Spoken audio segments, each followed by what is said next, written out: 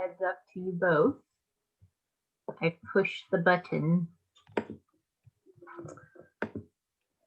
But otherwise, all right, good.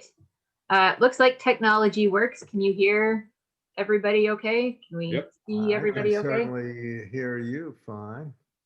Excellent. Well, I'm using my teacher voice. I'm used to teaching online now, so I feel like I'm yelling at the computer all the time. Okay.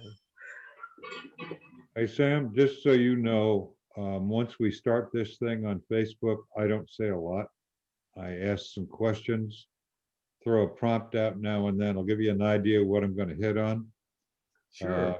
I want to know a little bit about your background as an orthopedic surgeon, and then what you did in the military. And then I want to find out how you came up with the idea for the SAM splint. And I'm going to mention that it's a ubiquitous product in EMS. I don't think I can look in an ambulance anywhere now and not find a SAM splint. Well, that's wonderful to hear. Hell of an annuity, man. Yeah. I'm sure Sherry's even thinks it's even more wonderful. Yeah. And one of my interesting recollections about your product, I think I started selling stuff in '83 and then went to the VI in '85, and I had a bunch of SAM splint samples with me, those little bitty ones you used to make.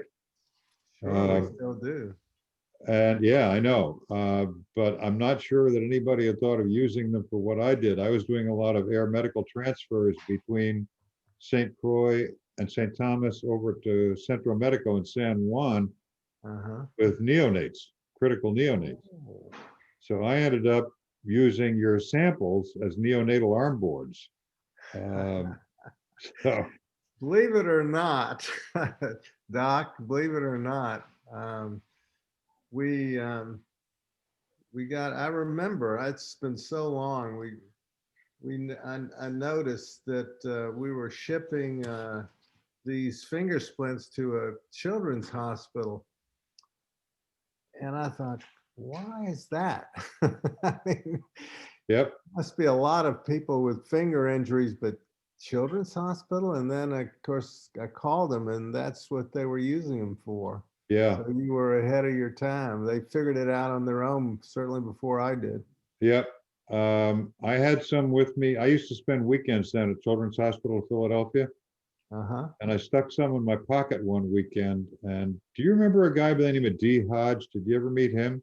No, the name sounds familiar, but that's all. He was senior fellow of pediatric emergency medicine at the time.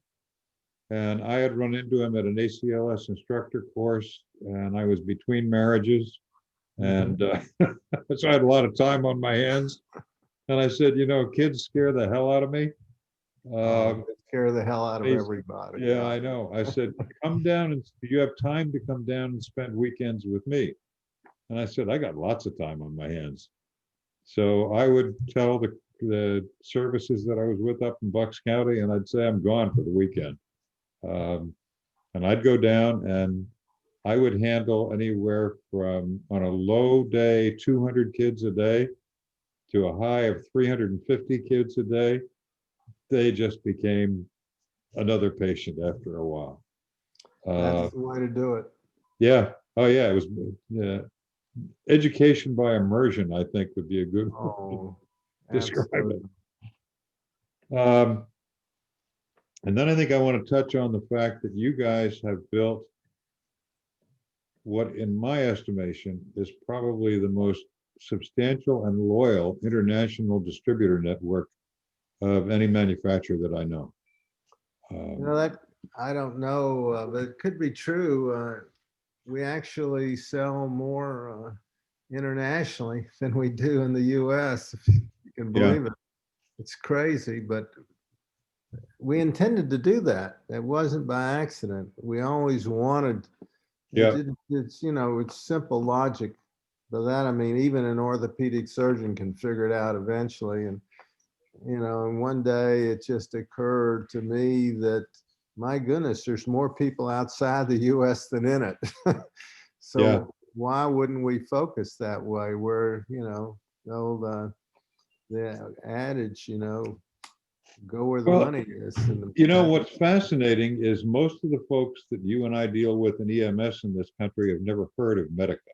They have no clue what the hell it is. Yeah, And honestly, when we started, I say we, I always say we, because this whole thing is my wife and myself, Sherry and I, we've always, as you know, as well as anybody, yep, as a team, we had never heard of Medica either. yeah, And I can recall Sherry attended Medica before I did. yeah, We had a lady who worked in my orthopedic office who was German, and ah, she had a friend, and it was kind of interesting because her friend had been a member of the Hitler Youth. And that's where Sherry stayed with her hmm, when she was there in Germany. I thought, boy, how the world turns, how yeah, yeah, interesting. She was a very nice lady, and when how it is, Sherry came back and I had said, how is it? It's the Ruth thing. Look, Doc, it's what we all do. We push our wives out in front of us, and if the wire they pick up isn't hot, then we say, oh, I'll take it. I'll move it out of the driveway. Well, I've been So, successful at doing that, Sam. That's why I've had 2 divorces. I keep pushing them out, So it turned out, Sherry came back with a report of how it was and how interesting and how many people were there. And the next thing I knew, we were attending it, going Yeah. on a regular basis. And until this COVID thing, we never missed one. Yeah, yeah, And it's, maybe better, but I think it's right up there as the biggest medical device show in the world. Arab Health is getting close to that now, but it's maybe that or Arab Health. Maybe there's another that's larger. I don't know. I don't think there are any that compare to those 2. I don't think so. It's I know the just, year I was going to go do Medica for Ping, I got tied up teaching back here and ended up sending Cindy Wells over there.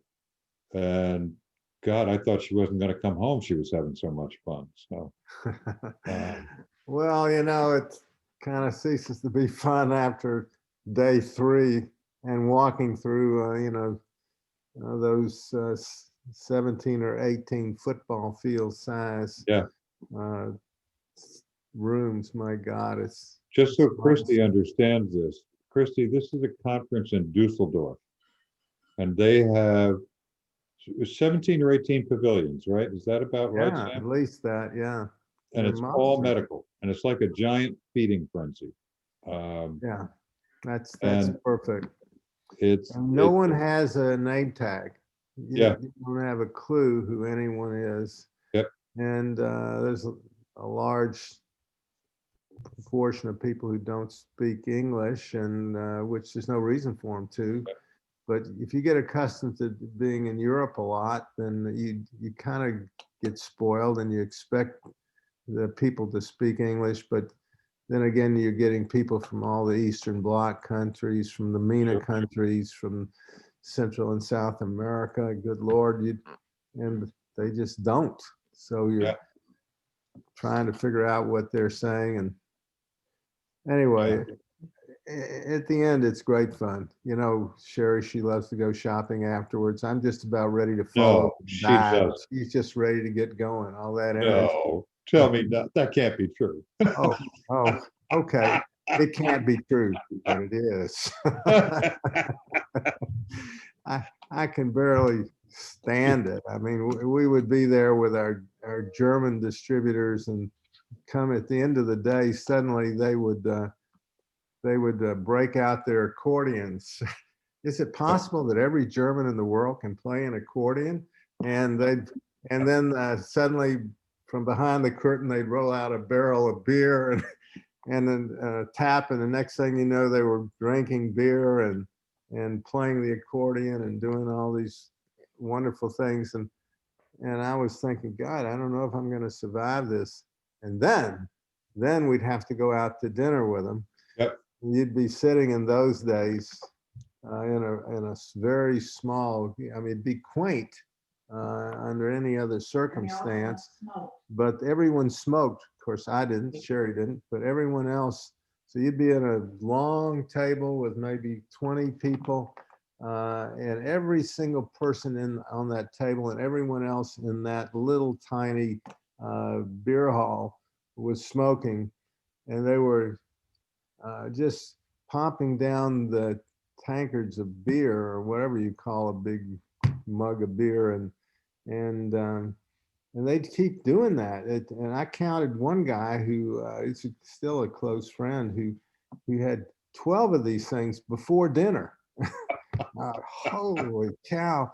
Well, I lived through this, and then it went on and on. You know how those dinners go, they just go Yep. on and on Yep. and on and on.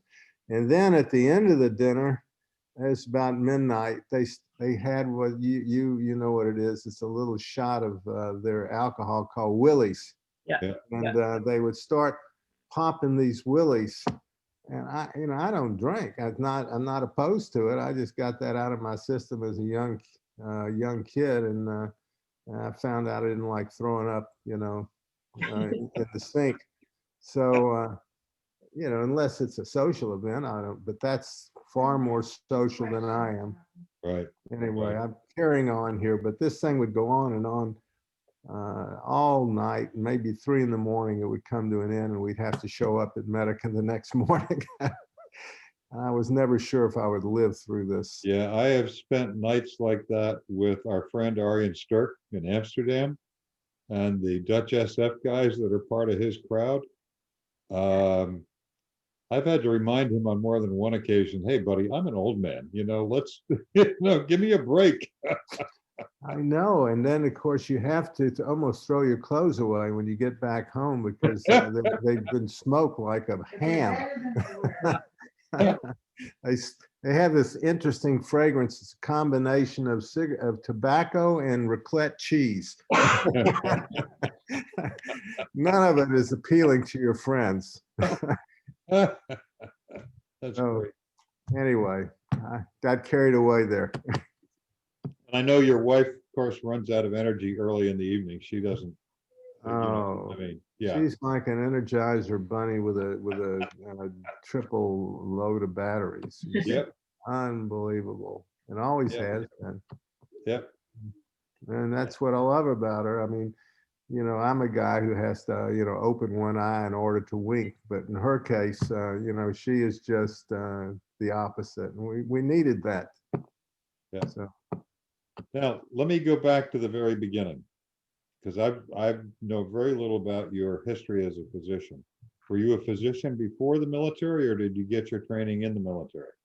I was. I went to medical school in Tennessee at the University of Tennessee. I don't know if you know much about that. It sits right above a barbershop in Beale Street. The standard's not that high.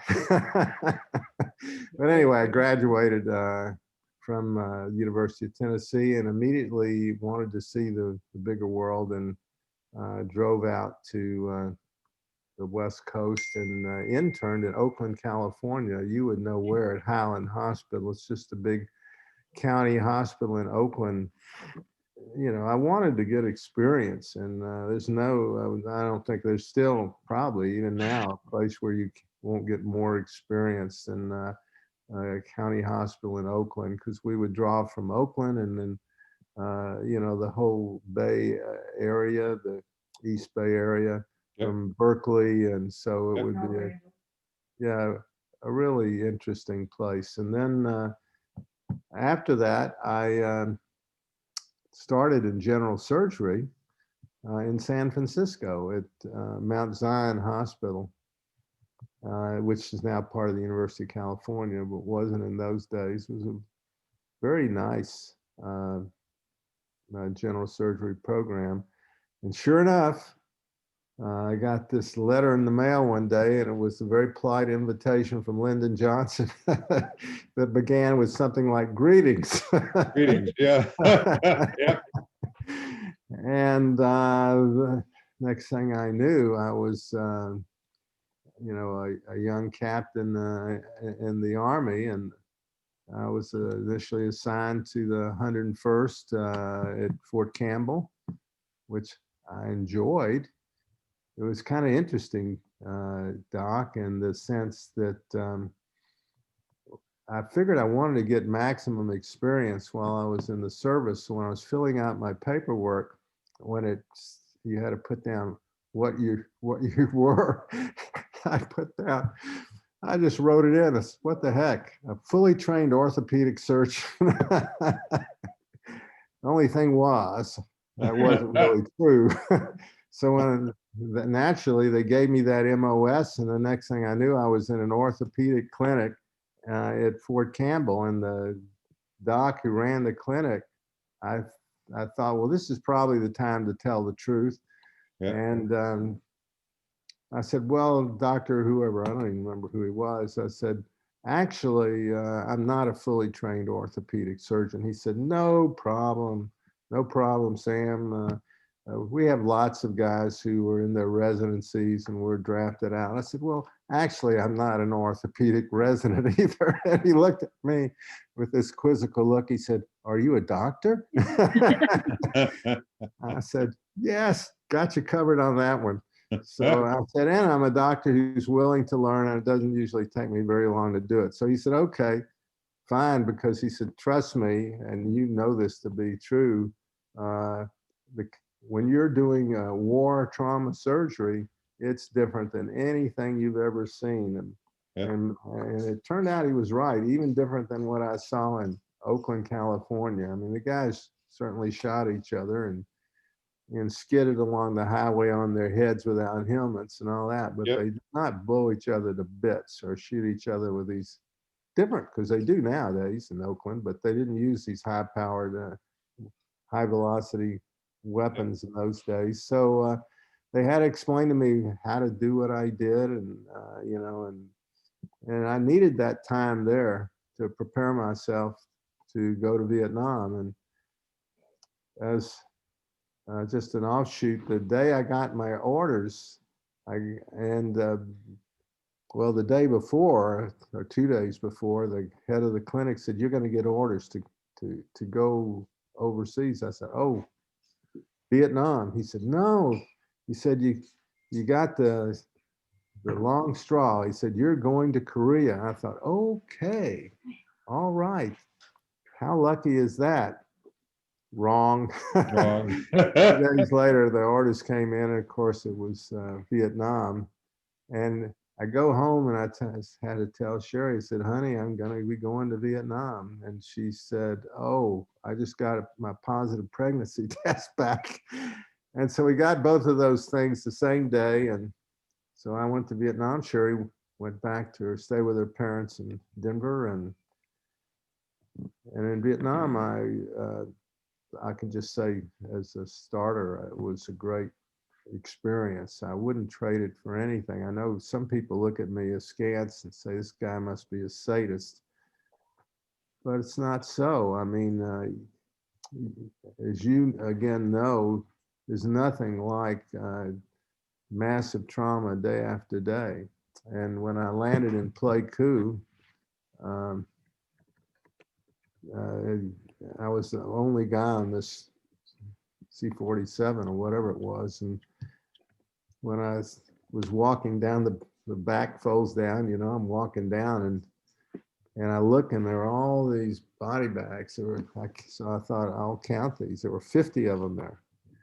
And that's why they wanted that plane to be kind of empty, because they were loading all these body bags onto the plane. And I thought, well, this is going to be a little more interesting than I thought.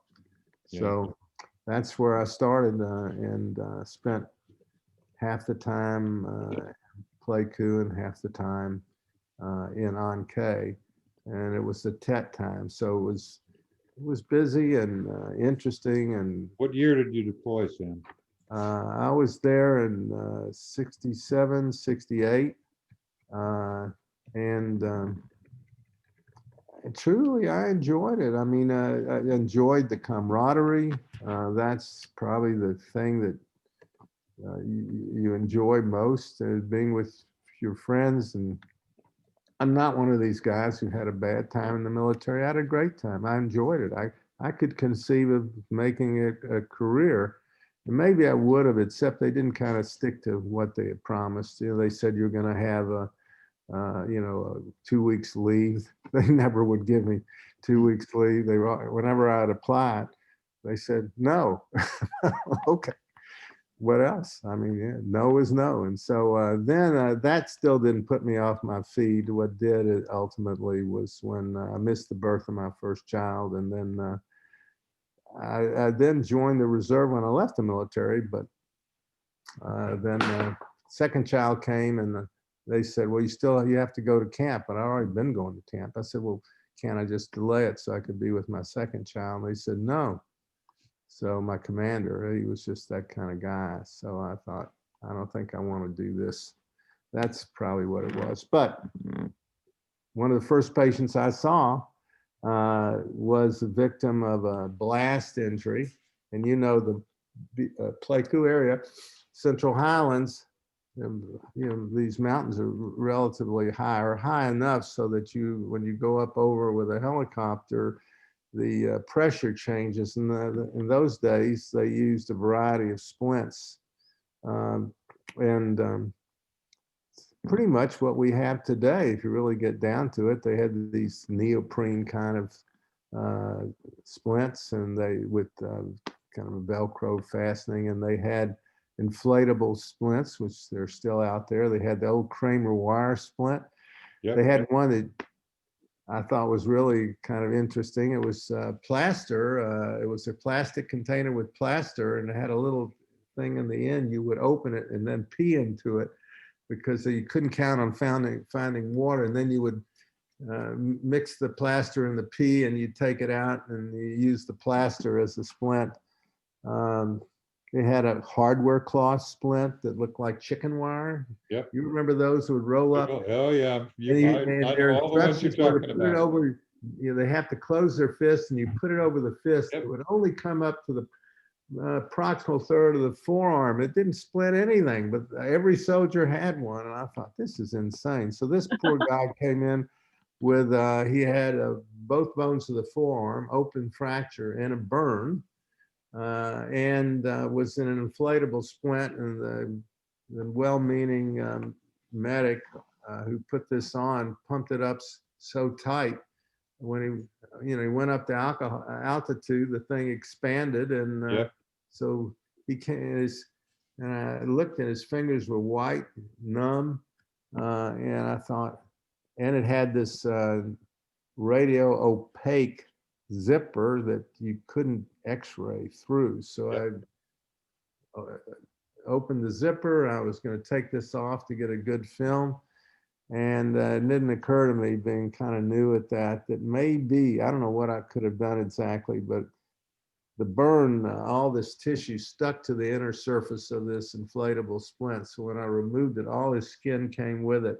Yep.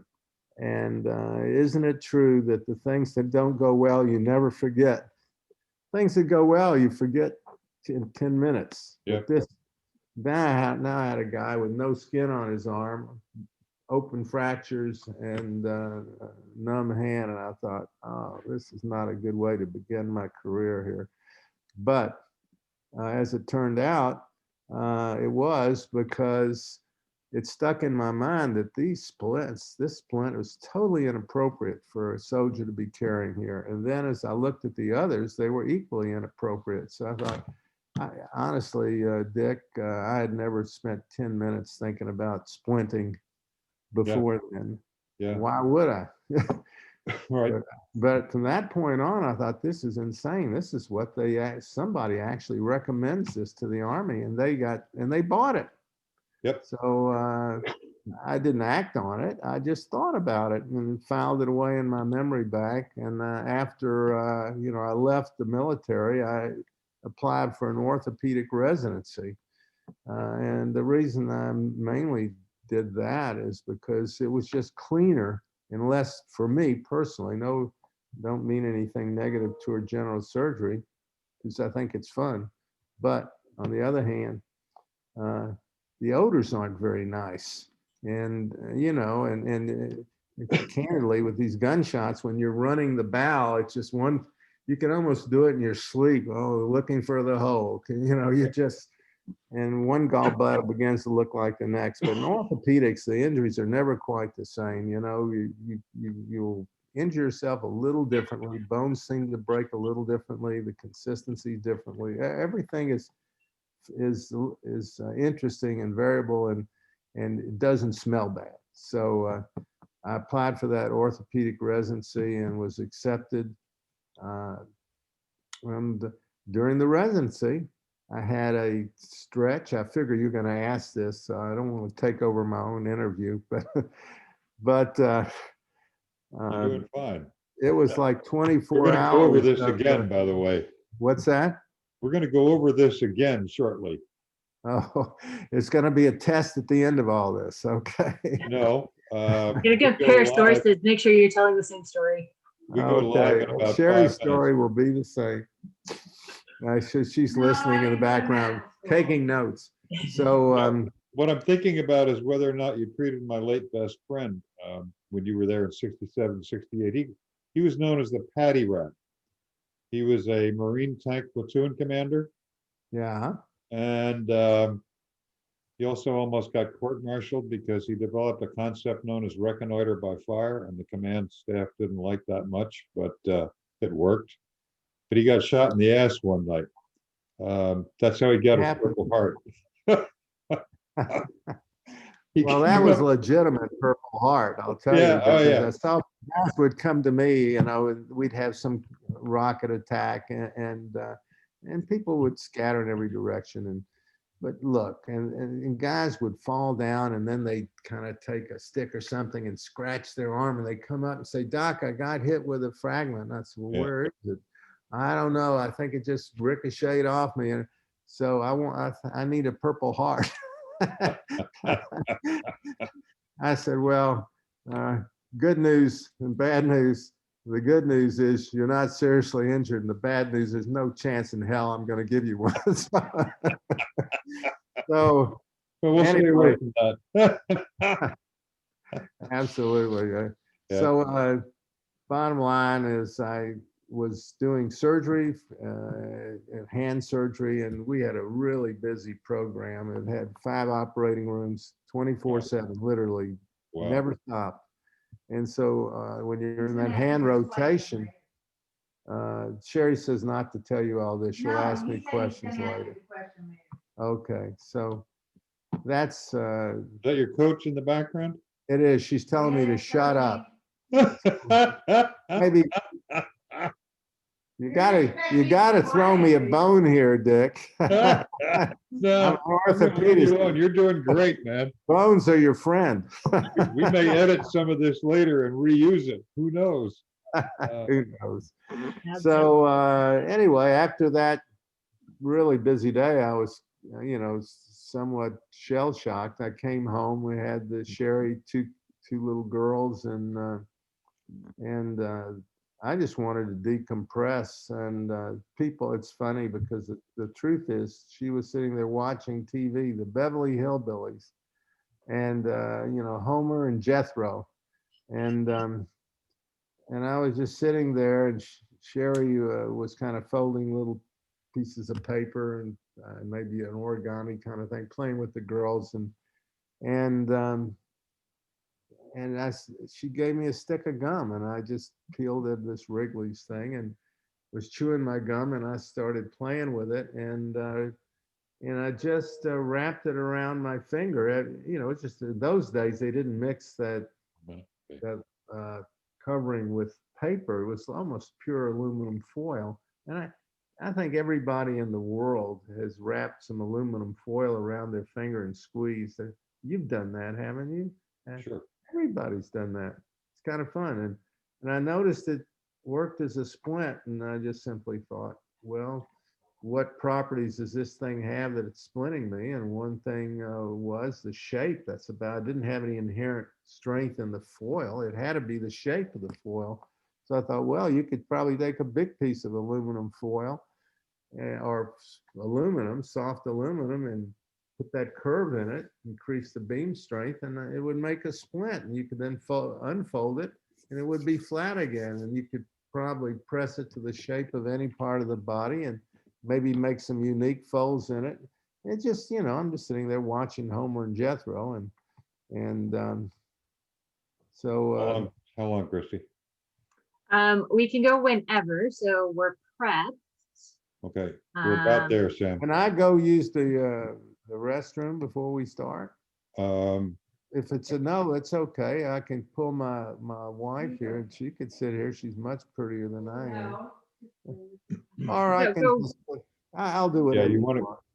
Can we hold off for about a minute? Yeah. Christy? Yeah, go ahead, Sam. Make a head call. Old guy, maybe more than a minute, but not. Well, whatever. All right, we can wait. We're not going far. I'll be right back, guys. All right. Hi. Hi, yourself. Come over and talk to me. Okay. I'm just doing photo album stuff. 11,000 photos I've got to put into things. How are you, So- cutie? How are you, Chrissy? Hi. That is, I Huh? gotta tell you something. That is more words than I ever heard your husband speak in the entire time I have known him. I'm telling you. It's great.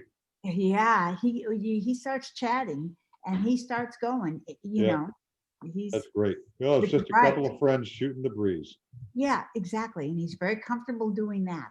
You know, Yeah. it's when he's in a group. Yeah. Then he gets all shy on me, and Yep. all that. So how How are you you? doing? You look very preppy there. Has the smoke, because it's cold, lady. I Oh, don't you do have this snow there, cold don't stuff you? anymore. Oh, it's so It was like beautiful. here. 31 degrees this morning when I Are started you my day. kidding? You got snow out there? Well, you're in Florida. No, so no, we didn't Where get are you? snow. My daughter-in-law told me, she led off the discussion the other night, well, we only got 10 inches. And I said, oh, I'm just thrilled for you, only 10 No, inches. thank you. No, thank you. Those are the good old days in Colorado, shoveling snow when your brothers were too lazy to get off their butts. And that was it. Well, guess who's back? The last time I saw snow was when I was in Columbus, Ohio with this lady in January, was it? February. February. February? Oh, That's the Chris. last time I saw snow. And I don't need to see it again. Thank you very much. Go to your, if Totally you have, right. if you need it, you just go to your freezer and scrape the stuff off the side. Yeah. Okay. See you in Your a husband second. is ready to rock and roll, and so are we. I hear you. Okay. Thanks, Sherry. Bye. I'll see you. Bye. Direct. Okay, Christy, we Okay. ready? Yep, so That I'll wasn't it. click the button, big smiles. And then I'm gonna disappear once you guys start chatting. Okay, Here we go. Hope. not yet. There we are. There we are. We are We live. are live. Good evening, everybody, or late afternoon, depending on what coast you're on. Hopefully you're staying nice and warm. It's been a chilly week where I am, and I know it's been a chilly week in Florida, so we're hoping everybody's cozied up, getting ready for the holiday season.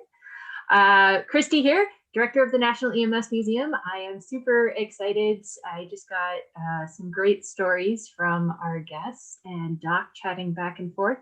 They obviously have missed seeing each other at conferences this year, as I think we all have. So feel free to drop any questions or comments you have for Mr. Dr. Sam Scheinberg in the comments. I'll monitor those. And otherwise, I'll let you guys continue on with the storytelling because it's been great. Good evening, everybody. Glad to be back with you all again. I've got my official coffee cup here so that we can do this properly. And I am delighted to have as our guest this evening an old friend of mine, Dr. Sam Scheinberg. As some of you know, there is a ubiquitous product in EMS almost everywhere in the world called the SAM splint. Well, this is Sam of the SAM splint, and we're going to get into the story of how that came into being. Sam, let's go back to what we were talking about, your history in medicine, starting in Tennessee. Tell us a little bit about where you got started in medicine and where that took you, if you will, please. Well, I started in Memphis. I grew up in Memphis, Tennessee, and I I saw medicine as a way to succeed. I lived in a neighborhood where the only guy who seemed to be succeeding was the doc who made house calls. They actually did in those days, and he would come by our house with this big, long, uh, black Cadillac car, and he had a driver. And I've never seen a Cadillac anywhere. Certainly in my neighborhood, if you parked it there for any time without a big, tough driver, it would have been gone in about 20 minutes, if that. So uh, I thought, wow, that's a way to make it in life. And I found out much later, once I was in medical school, that he had a driver because his heart was so bad from overwork, he wasn't allowed to drive. Oh my God, why didn't somebody tell me this up front? And as you well know, that is the case. That's the work level. So I graduated from the University of Tennessee Medical School, and I wanted to see the world and applied for an internship and was accepted in Oakland, California at Highland Hospital. So a friend of mine and I popped into his convertible, and we drove with the top down all the way to Oakland. And we were definitely browner and somewhat crispy by the time we arrived in Oakland. But I loved it. I loved it. I loved the whole environment. It was just fun, and it was busy. And I'm sure the interns there in Oakland feel exactly the same way now. It was a great place to live and work. The old hospital, I lived in it. I say live and work because that's where I lived, in some quarters there. And there was, the wall was so beat up, there was a brick. If I kind of moved it to one side, I could see out. And I enjoyed the hospital food. I mean, I grew up in an immigrant family. My grandma couldn't, was an orphan when she came over from Russia, and her duty, because both my parents worked, was to cook, and she never knew how to do that, Dick. She she didn't have any teeth, and so she cooked everything till it fell apart. And I joke with Sherry, but it was almost true. The first time I saw a piece of meat that was actually in one piece, I sent it back because I thought, what's wrong with this? Turned out in San Francisco, that's not how they cook. But anyway, so I enjoyed my hospital food. I enjoyed having a good, dry, warm place to sleep. It was all good. And then completed a busy year, with the trauma that you'd see in a county hospital in Oakland, and crossed the bay and started a general surgery residency in San Francisco, and Mount Zion Hospital, which is now part of the University of California system. And in the middle of that, received a very pleasant letter from Lyndon Johnson inviting me to go to Vietnam. Well, not really. He just invited me to join the army, and it's kind of invitation nobody would refuse. And so I showed up as directed and went through basic training, if you can call it that, what doctors do in San Antonio. But you know how basic training is. I never knew there were canals or anything like that in San Antonio till many years later. I didn't see any of that. But when I finished there, I reported for duty at Fort Campbell, Kentucky. And I was at Fort Campbell and was assigned to the orthopedic clinic and worked in orthopedics. The reason I did that was because I fibbed on my paperwork. I put down that I was a fully trained orthopedic surgeon. And so I felt it was time to fess up. So I told the head of the orthopedic department, he was a major, and I said, Major, I'm not actually a fully trained orthopedic surgeon. He said, no problem. He said, we have a lot of orthopedic residents who are here. And I said, well, I'm not actually even an orthopedic resident. And he looked at me and said, are you really a doctor? And I said, oh, yes, I am one of those. She said, in medicine? I said, yeah, one of those too. So he said, okay, he said, well, you're going to learn about war surgery, war trauma surgery. It's totally different than anything else you experienced in your medical training to this point. He says, we have to retrain everybody. And you know, Dick, I think they must do that to this day. If they don't, it's dereliction of duty, because it is totally different. And so they did teach me, and I needed it, and it was very good. And then received orders to go to Vietnam. My wife received her positive pregnancy test on the exact same day. So she went back to her mother, and I went to Vietnam. And my first assignment after I was in country was in Pleiku, and I enjoyed it, because luckiest thing that ever happened to me, because anybody will tell you who was in the Delta how hot and nasty it was. It's just unbelievably hot. And but the mountains of Vietnam are not only beautiful, and they, I'm sure, still are, but they're cool. And in the winter months, what passes for winter there, you actually need a jacket. And so I thought, this is not bad at all. And it's beautiful, all kinds of creatures who probably all been killed off by Agent Orange and God knows what, but they had even tigers. I treated 2 tiger bites while I was there, tiger attacks. So that was my history. That's when this idea for the SAM splint started to come together. And you came back from Nam and then did an orthopedic residency. Is that right? I did.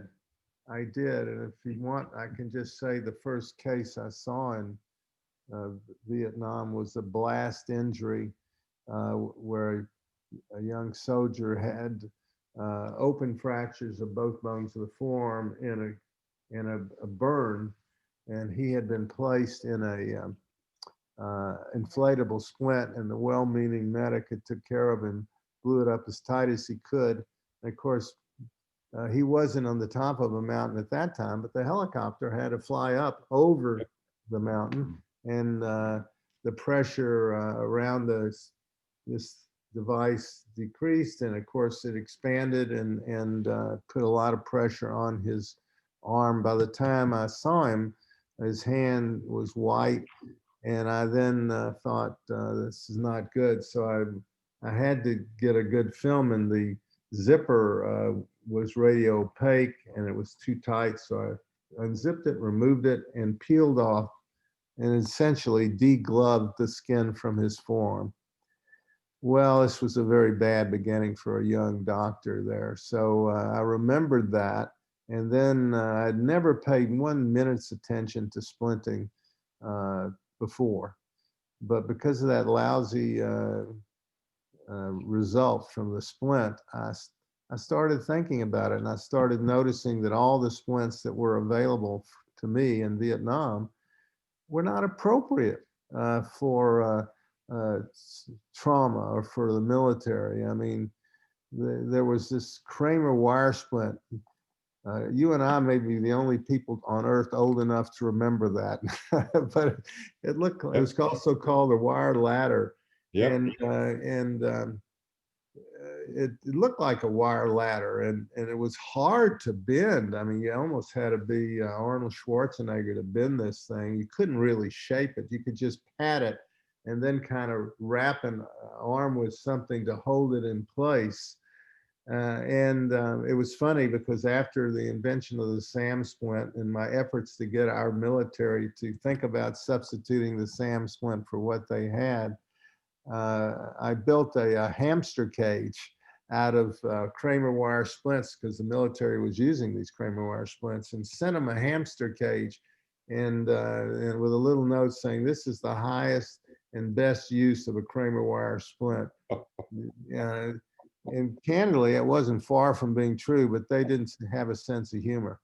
So that didn't work out for me. But you probably used them the same way I did. We used them to barbecue hamburgers and steaks because you could put them over and put a little fire under them and made a nice little thing for barbecues. Terrible splints though. So all we had with Kramer wire inflatable splints, we had neoprene splints, we had plasticized cardboard. In other words, things that still are there today, but they were just inappropriate for all kinds of reasons. You know, you couldn't shape them, you couldn't. Yeah, the cardboard splints were sort of a box that you placed the extremity in. That was about all you could do with them. And it took, honestly, giving credit to the EMTs, paramedics, and military medics who use those. You and I both know that you can develop a real skill set in using those. You know how to cut them and shape them and tape them, but they're not intuitive. Most people don't know that. And the one thing you can say about them is they are cheap. So if you don't really care about what you're doing to your patient, maybe it's appropriate, but beyond that, they're not. So suddenly I'm thinking, maybe in my subconscious, dreaming a little bit about splinting. And when I've finished my couple years in the military, in the Army, I decided not to go back into general surgery. It's not that it's not an interesting field. In many ways it is, but I liked orthopedics because of the variety. It seemed endless. I mean, every case was absolutely different and unpredictable. It's kind of like a Christmas present, meaning you don't know what's in there. And, it's kind of like my life has been. I had someone once ask me how much money I made. I said, I have no idea what I'll make tomorrow or the next day. He said, how can you stand it? And I said, well, how can you stand knowing?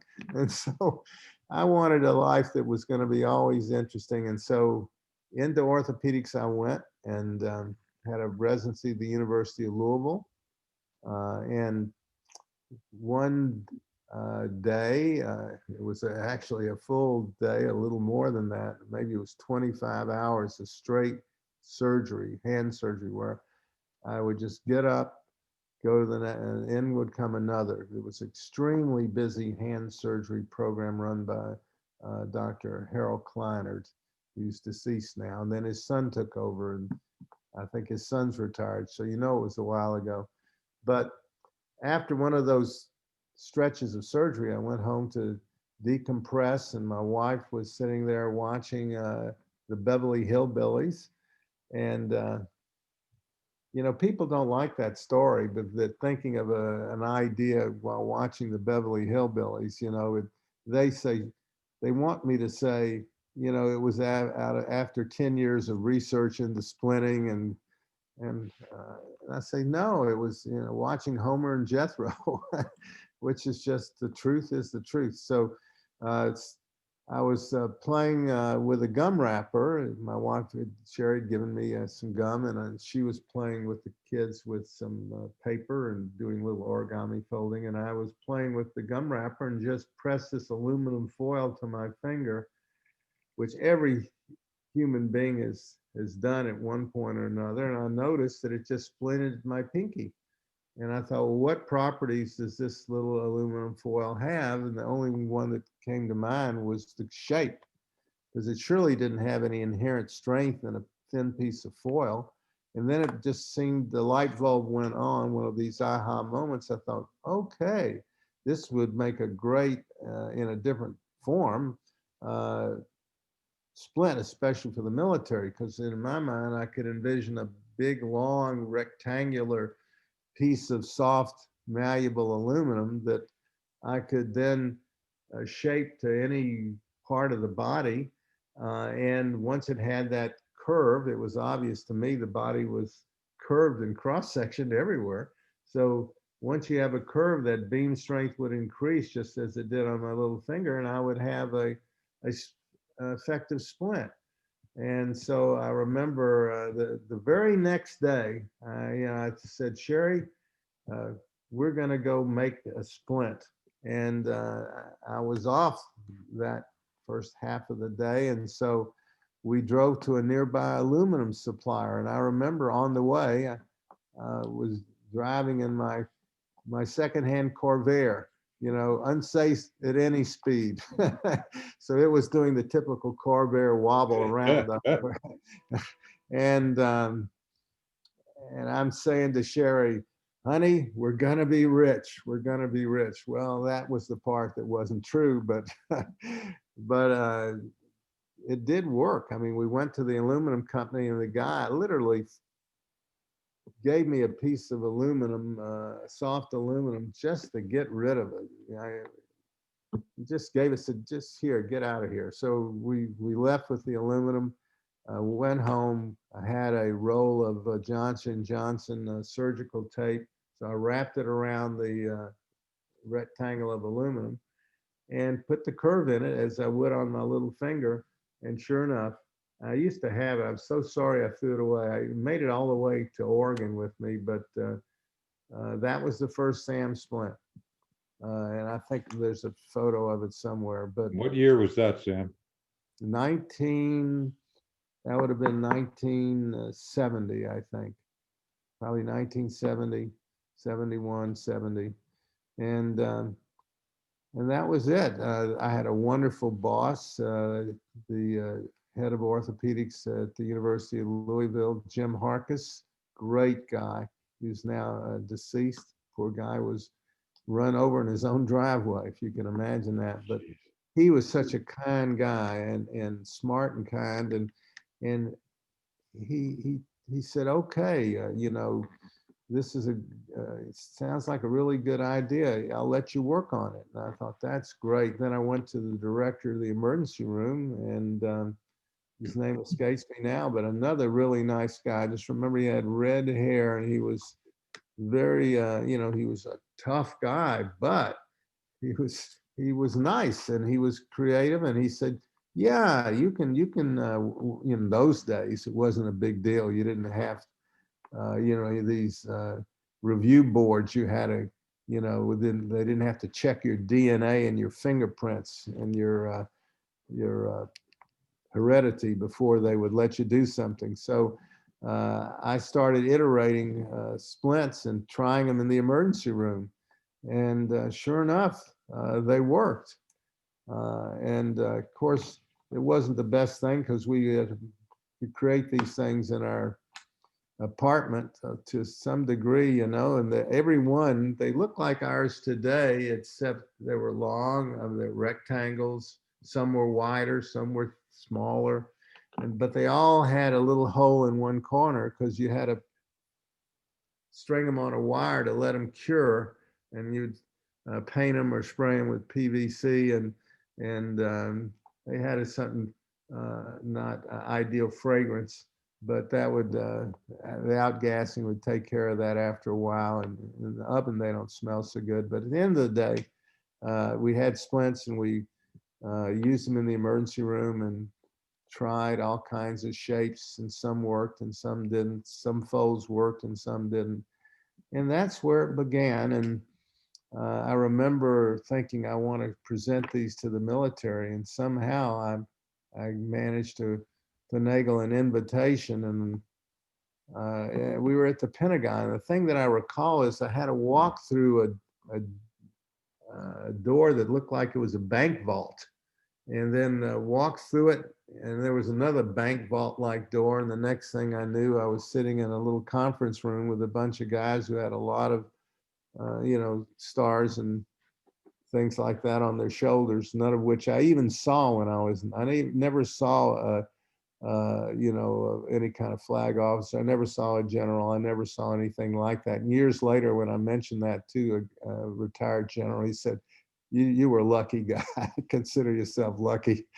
I don't know. Well, I guess I was. So anyway, this demonstration went okay, except the one question that stuck in my mind is one of these guys said, you know, if you fold this properly, I think you could kill someone with it. I said, well, perhaps you could.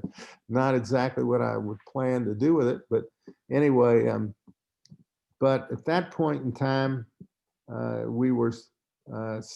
applied for a patent, and Sherry and I were getting ready to go to, of all places, Edinburgh, Scotland. I had been given a scholarship to study arthritis surgery at the university. Well, they said you can go to Oxford or Edinburgh, and I thought Edinburgh sounds so much more interesting to me. And so I don't know who decided. Sherry decides most things in my life. Maybe she did, but we decided to go to Edinburgh, and it was a terrific year, learning all about joint replacements as they were done in those days. And I could definitely give you a talk on that. It was unbelievable. But I did. Is that where Sherry got the castle renting bug? No doubt that's true. I guess I should explain that. I know that when you guys did a conference over in Europe sometime, it was either on the way over or on the way back, Sherry managed to rent a castle for a week or something like that. Yeah, it was a great bargain because it was right in the middle of mad cow disease. No one else would set foot in the zone. All the ropes were taped off with red tape. She said, this has got to be a real bargain. And it was. There were only two people, the owners of the castle, Lord and Lady whoever, and Sam and Sherry, and otherwise totally empty. Very cool. Anyway, we spent a year there in Edinburgh, and my original plan had been to go to Africa and spend a year doing surgery there. But as it turned out, I got a letter from the guy I was going to join, and he told me that he was leaving after 20 years because Idi Amin, he said, was threatening to bomb and attack his village where he was working on, I think it was in Mwanza in Lake Victoria. Yeah. Yep. Well, that's Tanzania, but anyway. So interesting, at a medical conference many years later, once the SAM splint was up and going, I met a guy who was from Uganda, and I asked him about that very same thing. I said, I would have gone to Africa if it wasn't for you guys, because he was a military guy. He was in their Air Force. I said, you were trying to bomb where I wanted to go, and I couldn't go there. I was kind of kidding him, and he said, no. He said, we never would have bombed it. It was all we were ordered to. We just dropped our bombs in the lake. I thought, I wish I'd known that. But anyway, left my training. We decided to reverse engineer our lives and go where we wanted to die instead of spending our lives someplace we didn't exactly want to be, only to retire and move to where we wanted to be. So we said, well, look, let's just go and spend some time, few months, and travel and look and see where is it that we want to die? Where do we want to retire? And then we'll figure out how to make a living. So we literally spent 3 months driving around to all the places that you would go, Dick. I know you, and you would do it too. And we were looking in, Taos, New Mexico, and Jackson Hole, and all through Montana and Idaho. And we loved the mountains, but we also loved the ocean. So we were trying to find a combination of ocean and mountains. And I had a job offer somewhere in Washington State. I don't even remember where it was. And then I had one from a guy I was working with in Palo Alto who wanted me to come join him. I think he was at Stanford or something. So I thought, well, let's just go down the coast. We'd never seen the west coast. And we were just driving down, and we hit Oregon. And I thought, well, this is really beautiful. And I ended up calling the professor at the university and giving him my background and saying, you know, where does who needs an orthopedic surgeon? And he said, well, there's a little place in Lincoln County, and they've been looking for an orthopedic surgeon. I said, well, where's that? He said, well, just go south. He said, if you're on the coast, you keep going south, you can't miss it. It's about 3 or 4 hours down. And so we did, and we rolled into Lincoln County, and it had a beautiful little hospital made of all wood. They just tore it down this year. And it was beautiful. Just loved it. And turned out there was a retired professor of surgery from London, and he had decided to retire, and he was kind of keeping his finger in it by being director of medical education at this hospital. And also that was in Lincoln City, Oregon. And then 30 miles down the coast, he was also functioning that way. And he piddled around, you know, taking out a gallbladder here and there and doing some general surgery. So immediately there was somebody I could talk to. I mean, I just spent a year in that, you know, surrounded by these guys. So I thought, oh, this is nice. And so I don't know if they believe me, but I said, you know, we're gonna settle here, but I'm not licensed in Oregon. So, and I made some phone calls, and I told them, look, I can't get licensed. This was like August. I can get licensed in October, or maybe it was November. I mean, and I said, I'll come back, I'll take my license, and I will be your orthopedic surgeon. And that's exactly how I ended up. But of course, the SAM splint had been set aside. So the fur was flying as we were trying to develop our orthopedic practice, and we didn't have the time to spend on working on the splint. And things just kind of went that way. I did do a presentation at the Academy meeting. I was actually able to be part of their, you know, their poster thing. And so that was kind of fun, and presented the SAM splint presentation. And we knew so little, Dick, I'm just embarrassed to say. We didn't have a booth. We paid for a booth space, and you know, they all looked so nice. And Sherry and I just went out, and we rented a table. We had nothing to put on it, so we went out into, it was in I think it was San Francisco, and we bought orange burlap, and we stapled it to the table, and that was our first booth. Yeah, but you had Sherry with you. Yes, we did. And we were busy. We were busy. Absolutely right. Made no difference whatsoever. And yeah, it was fun, and we had a good time. But you know, we returned to our practice, and then again got overwhelmed, and not much happened. And then the first attempt at getting a patent didn't work, and I had to reapply. And so I think I know it was 1984. Now, a lot of time has gone by, and we finally have a patent. And Sherry just would not let this go. I might have been happy enough myself, but one day she literally just chased me around the house. And we don't live in a big house. I mean, it was 2,400 square feet. It's not small, but it's not enormous. Meaning there's no place to hide. And eventually, you know, she caught me, kind of sat on my chest and started thumping and saying, say splint, say splint. Finally, I said, splint, okay. And at that point, I promised her to get it done. And a year later, we had a product on the market. You know, it took us 4 minutes. They were made by hand. We rolled them over a little template and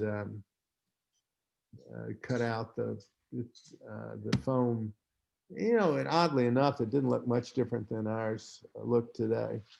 But they all had little bubbles in them, because I mean, you're rolling this thing, the foam on with a rolling pin, and well, it wasn't perfect. So but they worked.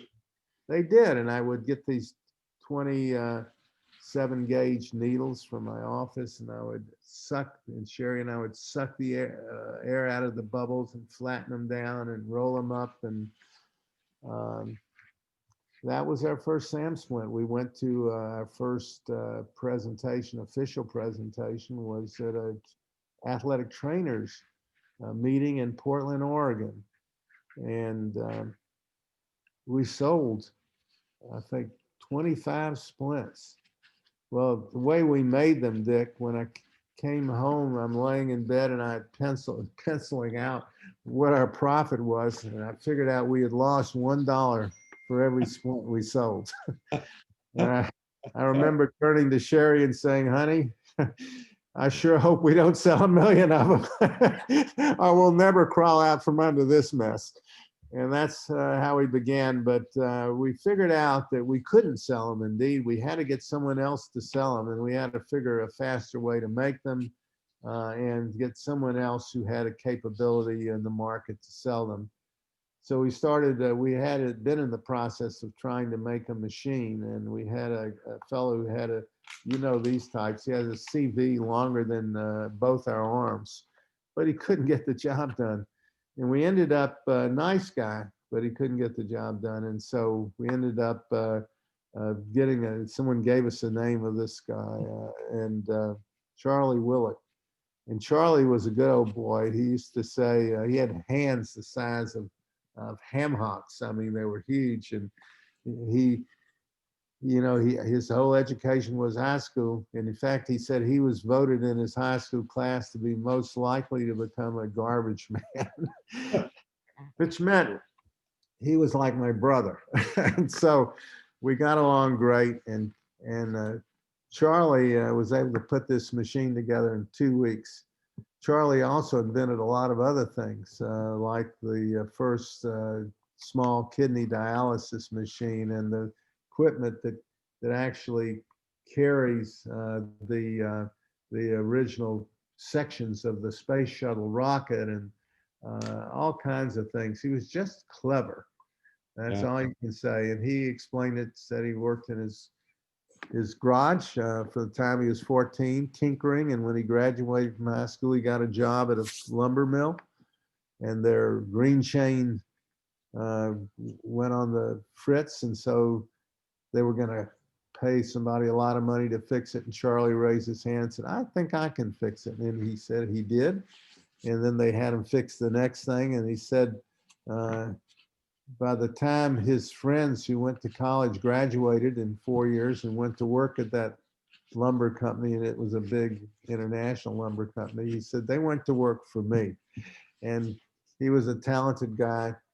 And he built our first machine where we could make these rapidly. And we started attending trade shows because we needed to find companies who had a sales force who could sell them for us.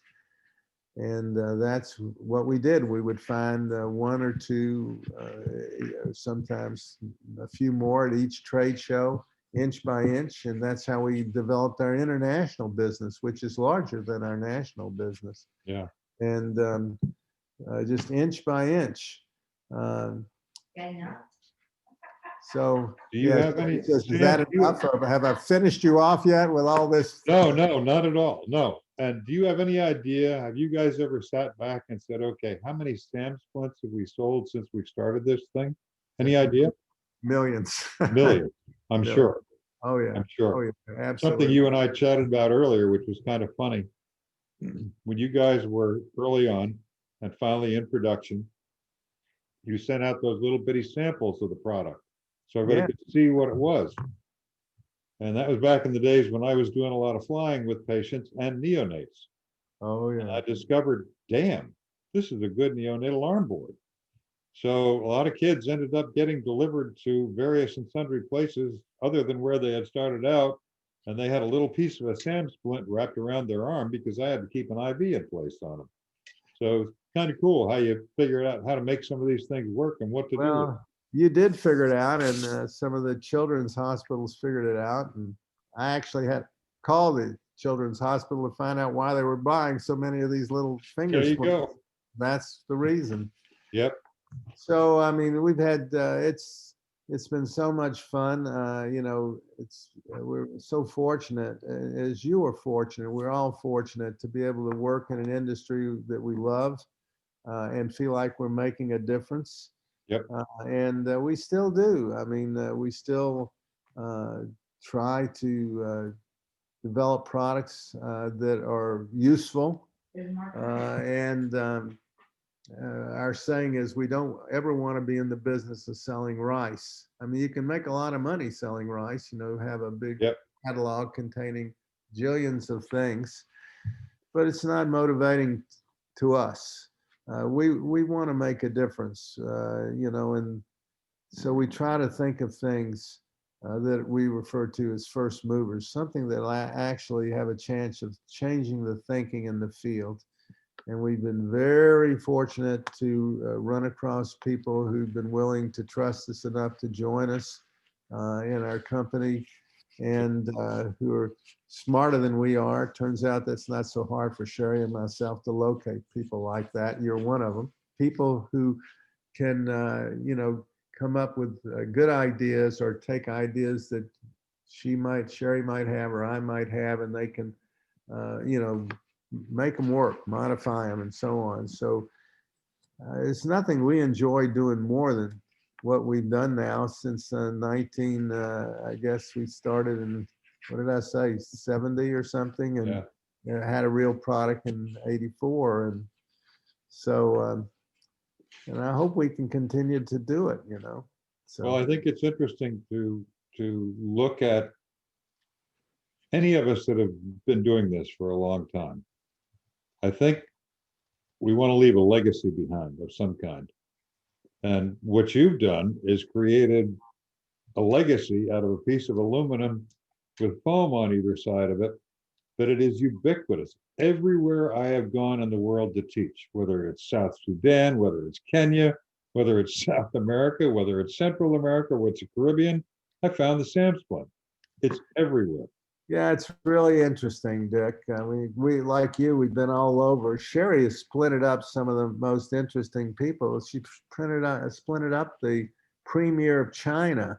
I mean, can you imagine? We met him before Bill Clinton met him. Yeah. And, she's such a charmer. He shows up at our booth with his entourage. I expected this was a long time ago, maybe it was 1989 or something. Anyway, he's dressed, I expected him to be dressed like, with a red star and a military thing. No. Or Chairman Mao outfit. No. He was dressed in a power blue suit, just like a US Senator. He spoke perfect English. But let me tell you, nobody had ever touched this guy, probably not for years. And he's got an entourage and he's standing in front of our booth. I don't have to tell you what happened. Anybody who gets near gets a splint. Sherry grabbed his arm and splinted him right up. And the people around him, their eyes got as big as saucers. They thought, oh my God, do we shoot her? What do we do? And this guy got the biggest grin on his face. Nobody had touched him. They treated him, no doubt, with such deference. And she was treating him like a human being, and he loved it. He just loved it. Very cool. And so we've had this kind of experience that we never would have had we've not just stepped out and decided to do something a little different. So cool. It's been a blessing. Sam, I think we've run out the clock. It's been great. I've been wanting to get this story out of you for years and not successful until now. So I'm thrilled. And this is another piece of the permanent history that we are going to be storing in terms of where did things come from in EMS? How did we get here? What made it work? I want to thank you for the time. I want to thank you for the lady that is in the wings over there, and thank her for the time. Come say hello, Sherry. You're allowed. Well, look, I certainly not the only person who appreciates that I've kidded you that you're like the ghost of Jim Page, but he was like the greatest walking resource of EMS history. You'd agree to that. Now you've taken over, and I think it's only fitting. You're one of the first people we met, and you're a legend on your own. So it's really wonderful that we're both still alive. Yeah, isn't that the truth, huh?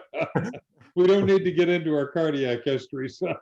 We're like a couple of old wildebeests clumping along at the back of the herd with, we think, we're going to call me today. Well, not today, maybe tomorrow. Yeah.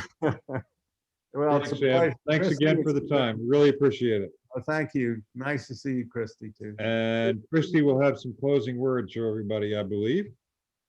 Yeah, I just really wanted to say thank you to Sam and Sherry, not only for being industry leaders and pioneers, but they are tremendous supporters and members at the museum. And so just wanted to say thank you again for all the support and helping us preserve the legacies that are happening across the country. So with that, I think that's the perfect way to close tonight. And then I'm going to say, everybody flag this page, because tomorrow night we have another coffee session with the author of Street Sense. And Kate and I have had wonderful discussions. She is absolutely hilarious, and I'm sure she's going to have tons of stories for us tomorrow night. So be sure to grab a coffee or an evening beverage, because we're back on at the same time, same place tomorrow night. So thank you, Sam. Thank you, Sherry, way back in the corner.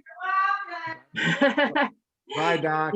Thank you, Doc. Thanks again. Everybody have a great night. We'll see you tomorrow. Good night, everybody. Good night. Happy holidays. Happy holidays. Absolutely. Bye-bye.